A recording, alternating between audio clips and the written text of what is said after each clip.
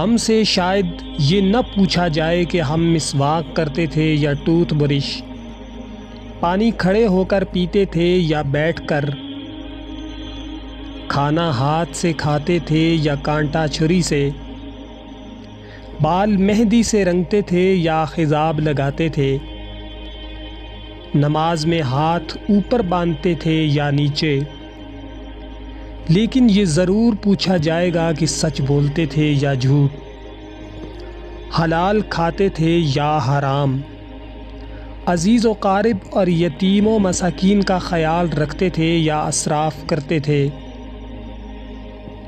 دوسروں کے حقوق ادا کرتے تھے یا حق تلفی کرتے تھے، لوگوں کے جان و مال کی حفاظت کرتے تھے یا ملاوٹ و ذخیرہ اندوزی اور ناجائز منافع خوری سے دوسروں کو نقصان پہنچاتے تھے۔ ذرا سوچئے کہ ہمارا آج رویہ و اعمال کیسے ہیں؟ کیا ہم ان باتوں پر زیادہ توجہ نہیں دیتے جن کی پوچھ گچھ شاید ہو یا نہ ہو، لیکن ان اعمال سے کوسوں دور ہیں جن کا حساب یقیناً لیا جائے گا، اور جن پہ ہماری اخروی و ابدی زندگی کا انحصار ہے۔ وقت اب بھی ہمارے ہاتھ میں ہے جب تک سانس ہے۔